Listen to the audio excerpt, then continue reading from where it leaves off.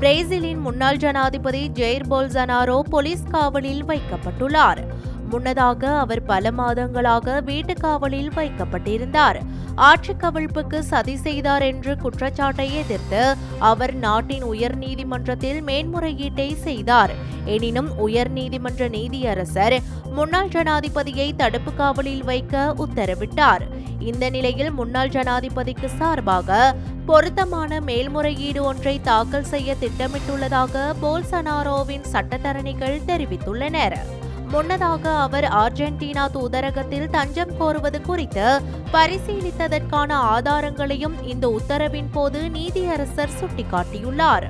2022ஆம் ஆண்டு ஜனாதிபதி தேர்தலில் இடதுசாரி லூயிஸ் இனாசியோ லூலா டா சில்வாவிடம் தோல்வியடைந்த பின்னர் ஆட்சி கவிழ்ப்பு சதி செய்ததற்காக வலதுசாரி முன்னாள் தலைவருக்கு செப்டம்பர் மாதம் 27 ஆண்டுகள் சிறை தண்டனை விதிக்கப்பட்டது.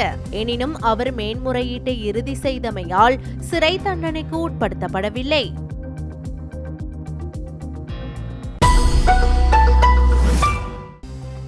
பிரேசிலின் பெலேமில் இடம்பெற்று வந்த COP30 ஐக்கிய நாடுகளின் காலநிலை உச்சி மாநாடு திடீரென இடைநிறுத்தப்பட்டுள்ளது.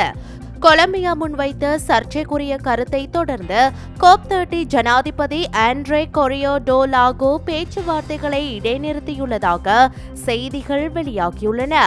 அதன்படி அவர் தற்போது முக்கிய நாடுகளுடன் கலந்தாலோசிப்பதாகவும் குறித்த பேச்சுவார்த்தை முடிவடையாமல் மாநாடு இடைநிறுத்தப்படுவதற்கான அறிகுறி இருப்பதாகவும் கூறப்படுகின்றது. குறித்த உச்சி மாநாட்டில் 80க்கும் மேற்பட்ட நாடுகள் புதைப்படிவ எரிபொருட்களை விட்டு வெளியேறும் திட்டத்தை கோரியுள்ளன.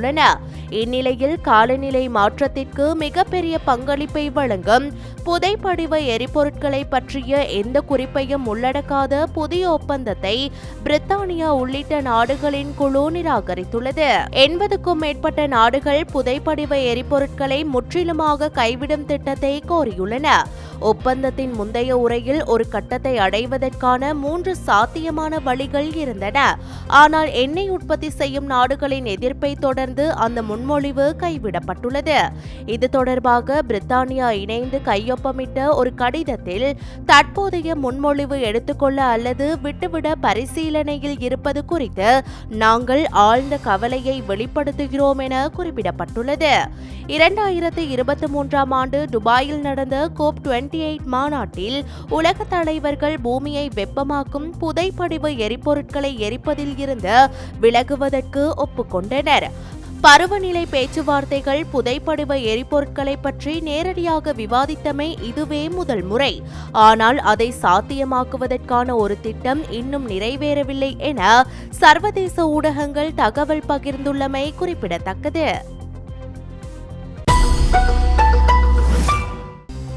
காசாவை குறிவைத்து இஸ்ரேல் நடத்திய வான்வழி தாக்குதலில் 9 பேர் வரை கொல்லப்பட்டுள்ளனர்.